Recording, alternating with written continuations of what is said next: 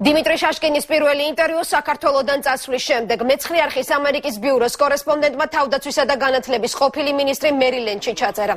ექს მაღალჩინოსანი ვაშინგტონთან ახლოს ძვირადღირებულ აპარტამენტში ოჯახთან ერთად ცხოვრობს. ამბობს, რომ არჩევნების შემდეგ ქვეყნიდან წასვლის პოლიტიკური და მორალური უფლება ჰქონდა. ახლა კი ისვენებს.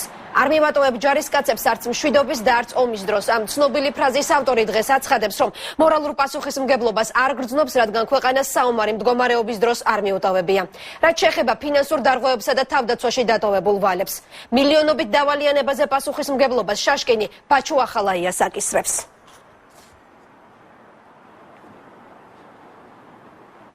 დიმიტრი შაშკინის ინტერვიუს ვრცლად საღამოს 9 საათზე ნახავთ, მანამდე კი რამდენიმე ფრაგმენტს თამარ ჩიხლაძე გაგვაცნობს, რომელიც ახლა თბილისში შაშკინის დაკეტილ სახლთან იმყოფება. თამარ, რა ვითარებაში მოხერხდა ყოფილი მაღალჩინოსნის ჩაწერა მერილენდის შტატში? თამთა დიმიტრი შაშკინს მეცხრე არხის კორესპონდენტი რუსუდან წერეთელი იმ სახლთან დახვდა, სადაც თავდაცვის ყოფილი მინისტრი ამჟამად ცხოვრობს. შაშკინმა მას თანხმობა მისცა მცირე ინტერვიუზე და პასუხი გასცა რამდენიმე შეკითხვას.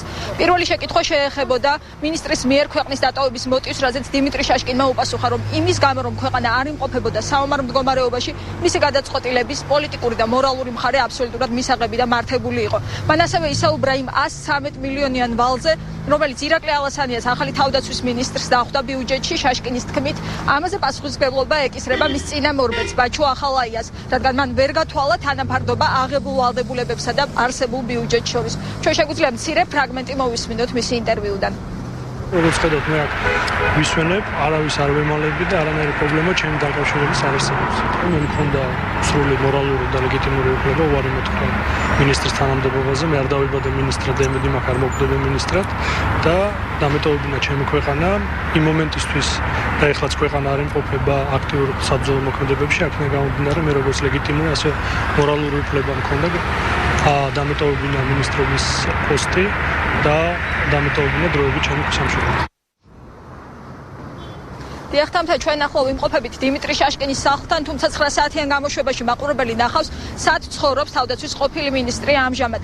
მერილენდის შტატში ეგრეთ წოდებული ფრენდშიპ ვილიჯი ითვლება ძალიან პრესტიჟულ და ძვირადღირებულ ადგილას. სწორედ აქ აქვს ნაქირავები აპარტამენტები დიმიტრი შაშკინს. ჩვენ მოვიძიეთ ვებგვერდზე ინფორმაცია, ამ აპარტამენტებში ფასი ერთოთახიანი ბინის ქირის ფასი იწყება დაახლოებით $2000-დან, თუმცა გასათვალისწინებელი არის ერთი დეტალიც. ამერიკული კანონმდებლობის მიხედვით ოჯახი, სადაც შედის ცოლი, ქმარი და ორი განსხვავებული სქესის ბავშვი ვალდებულია იქირაოს ბინა, სადაც 3 საძინებელი მაინც იქნება. ასეთი ბინების ფასი უკვე $5000-დან იწყება ამ კომპლექსში. ფოტო და ვიდეო მასალას, როგორც შაშკინმა გითხრა, დასასვენებლად იმყოფება ის ამერიკაში და ფოტო და ვიდეო მასალას საცხოვრობს დამსვენებელი შაშკინი. ამჟამად ასევე თავდაცვის ყოფილი მინისტრის ექსკლუზიური ინტერვიუს უფრო ვრცლად მაყურებელი უკვე 9 საათიან გამოშვებაში ნახავს. გმადლობთ თამარ, ველოდებით ჩვენს რეპორტაჟს საღამოს 9 საათზე.